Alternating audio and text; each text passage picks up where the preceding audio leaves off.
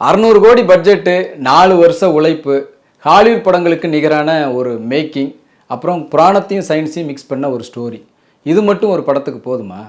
ஒரு படத்துக்கு ரொம்ப ரொம்ப முக்கியமானது சொல்லப்போனால் யூஎஸ்பின்னு சொல்கிறது படத்தோட திரைக்கதை. அதில் கோட்டை விட்டுட்டிங்களே டைரக்டர் சார். நாக் அஸ்வின் டைரக்ஷனில் பிரபாஸ், அமிதாப் பச்சன், தீபிகா படுகோனே, கமல்ஹாசன் இன்னும் ஏகப்பட்ட நட்சத்திரங்கள் நடிக்க இந்த வாரம் ரிலீஸ் ஆகியிருக்கிற படம் தான் கல்கி 2898 AD.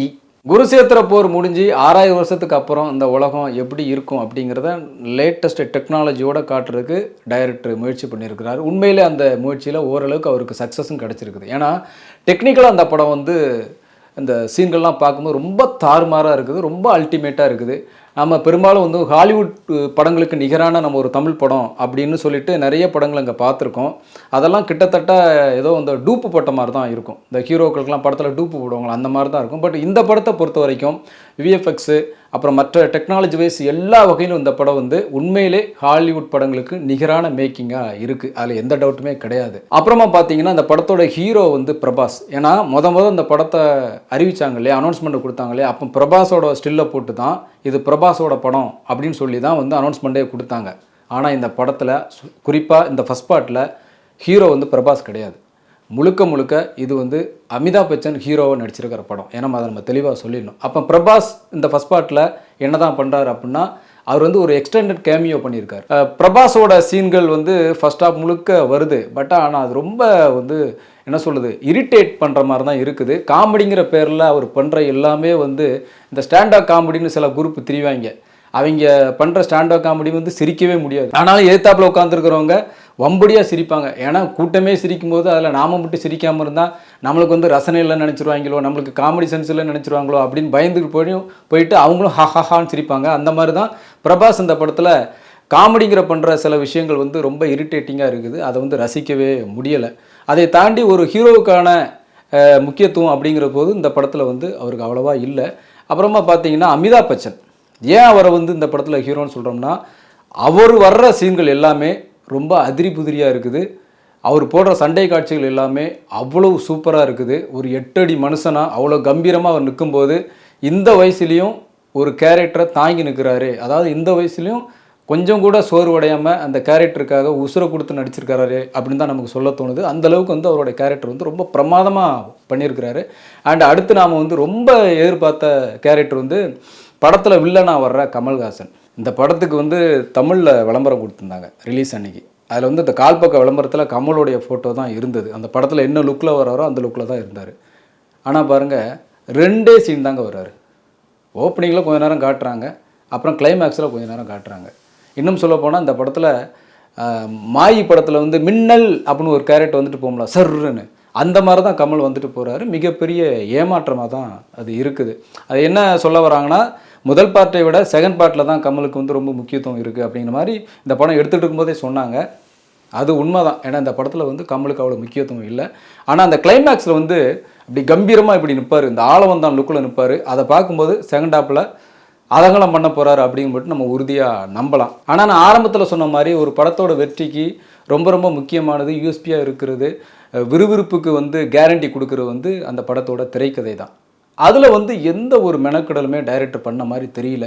ரொம்ப மேம்போக்காக டச் பண்ணிட்டு போயிருக்கிறாரு. ஆனால் அந்த படத்தோட டைரக்டர் நாக் அஸ்வின் என்ன முடிவு கொண்டார்னா, திரைக்கதையெல்லாம் பெருசாக நம்ம ஒர்க் பண்ண வேண்டாம், நம்ம மேக்கிங்கில் கான்சன்ட்ரேஷன் பண்ணுவோம் அப்படின்னு முடிவு பண்ணி படத்தில் வேறு வடிவங்களில் விதவிதமான வண்டிகளையும் கார்களையும் வர வச்சு சாகசம் பண்ண வச்சு அதை காமெடியாக பேச வச்சு, திரும்பவும் சொல்கிறேன் காமெடியாக பேச வச்சுன்னு சொல்கிறேன். ஆனால் எந்த இடத்துல அதில் காமெடியாகவே இல்லை, கடுப்பாக தான் இருக்குது. இந்த மாதிரியான விஷயங்களை காட்டி நம்ம ரசிகர்கள் சாட்டிஸ்ஃபேக்ஷன் பண்ணிக்கலாம் அப்படின்னு முடிவு பண்ணி தான் அந்த படத்தை எடுத்த மாதிரி தெரியுது. அப்புறம் அந்த படத்தில் இன்னொரு பிரச்சனை என்னென்னா, புராணத்தையும் சயின்ஸையும் மிக்ஸ் பண்ணி சொல்கிறேன் அப்படிங்கிற பேரில் அந்த கதையை யோசித்தது தான். நம்ம என்ன சொல்ல வரோம்னா, நீங்கள் ஒரு புராணத்தை வச்சு ஒரு கதை பண்ணிங்கன்னா முழுக்க அது புராணம் சம்மந்தப்பட்ட படமாகவே இருக்கட்டுமே, அது எதுக்கு சயின்ஸோட மிக்ஸ் பண்ணணும்? இல்லைனா ஒரு சயின்ஸ் ஃபிக்ஷன் படம் அப்படின்னு முடிவு பண்ணிட்டா முழுக்க அது ஒரு சயின்ஸ் ஃபிக்ஷன் படமாகவே இருக்கட்டுமே. இங்கே என்ன பிரச்சனை ஆகுதுன்னா, புராணத்தையும் சயின்ஸையும் மிக்ஸ் பண்ணுறேன் அப்படிங்கிற பேரில் ஏகப்பட்ட குழப்பம். இன்னும் சொல்லப்போனால் எத்தனை பேர் மகாபாரதம் இங்கே படிச்சிருப்பாங்க? சாதாரண ஒரு படம் எடுக்கும்போதே யார் லோகேஷ் விக்ரம்னு ஒரு படம் எடுத்தார். அவரே என்ன சொல்கிறாருன்னா, விக்ரம் படம் பார்க்குறதுக்கு முன்னாடி என்னோட கைதி படத்தை நீங்கள் ஒரு தடவை பார்த்துட்டு வந்துடுங்க அப்படின்னு ஒரு அனௌன்ஸ்மெண்ட் கொடுக்குறாரு. அதே மாதிரி இந்த படத்தில் சம்மந்தப்பட்டவங்களும் நீங்கள் கல்கி படத்தை பார்க்க வரீங்கன்னா அதுக்கு முன்னாடி மகாபாரத்தை ஒரு தடவை படிச்சுட்டு வந்துடுங்க, அட்லீஸ்ட் ஷார்ட்டாவது படிச்சுட்டு வந்துடுங்க, அப்போ இந்த படம் உங்களுக்கு எளிமையாக புரியும், நீங்களும் ரசித்து பார்க்கலாம் அப்படின்னு ஒரு விஷயத்த சொல்லியிருக்கலாம். அப்படி யாருமே சொல்லலை. அதனால தான் வந்து காமன் ஆடியன்ஸே வந்து இந்த படம் என்ன கதை, எதை நோக்கி போகுது அப்படின்னு சில பேர் இந்த படத்தை பற்றி ஒப்பீனியன் சொல்கிறத நம்மளால் கேட்க முடியுது.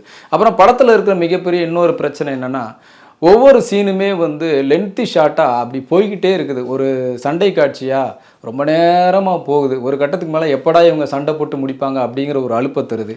அதே மாதிரி ஃபஸ்ட் ஹாஃப் முழுக்க வந்து ரொம்ப ஸ்லோவாக போகுது. அந்த இன்ட்ரோல் வரைக்கும் ஒவ்வொரு கேரக்டரையுமே வந்து இன்ட்ரடியூஸ் பண்ணிக்கிட்டே இருக்கிறாங்க. இன்னும் சொல்லப்போனால் இந்த படமே செகண்ட் பார்ட்டுக்கான ஒரு இன்ட்ரடக்ஷன் படமாக இருக்குமோ அப்படின்னு தான் நமக்கு ஒரு டவுட் வருது. ஏன்னா முதல் பாதியில் வந்து பெருசாக அழுத்தமாக எந்த விஷயமும் சொல்லப்படலை. ஸோ டைரக்டர் வந்து அந்த விஷயத்தில் வந்து கொஞ்சம் கவனம் செலுத்தியிருக்கலாம். ஆனால் அவர் முழுக்க டெக்னிக்கலாக அந்த படத்தை வந்து நம்ம ஒரு பிரம்மாண்டமான படமாக கொடுத்துடணும் அப்படின்னு மட்டும் அவருடைய உழைப்பை கொட்டியிருக்கிறாரு. உண்மையிலே அந்த உழைப்புக்கேற்ற ஒரு வரவேற்பு இந்த படத்தில் அவருக்கு கிடச்சிருக்கு. அதில் எந்த மாற்று கருத்தும் கிடையாது. நம்ம ஆரம்பத்திலே சொன்ன மாதிரி ஒரு ஹாலிவுட் படத்துக்கு நிகரான, ஹாலிவுட் படங்களுக்கு நிகரான ஒரு மேக்கிங் இந்த படத்தில் இருக்கான்னு கேட்டால் கண்டிப்பாக இருக்குது. அத்தனை தொழில்நுட்ப கலைஞர்களும் வேர்வை சிந்தி ரத்தத்தை சிந்தி உழைச்சிருக்கிறாங்க. அதில் எந்த மாற்று கருத்தும் கிடையாது. ஆனால் ஒரு படம் ரொம்ப சுவாரஸ்யமாக ரொம்ப விறுவிறுப்பாக ஆடியன்ஸு வந்து எந்த இடத்துலையும் வந்து மொபைலை எடுத்து நோண்டாமல் முழுக்க படத்தை மட்டுமே கவனத்தோடு பார்க்கக்கூடிய ஒரு சூழலை உருவாக்க வேண்டியது ஒரு படத்தோட திரைக்கதை. அந்த வகையில் இந்த கல்கி திரைப்படம் கோடிகளை கொட்டி எடுக்கப்பட்டாலும் 4 வருஷம் உழைப்பு இதில் போட்டிருந்தாலும் திரைக்கதையை பொறுத்த வரைக்கும் எந்தவித சுவாரஸ்யமும் இல்லாத ஒரு பழைய சிந்தனையாக தான் இருக்குது.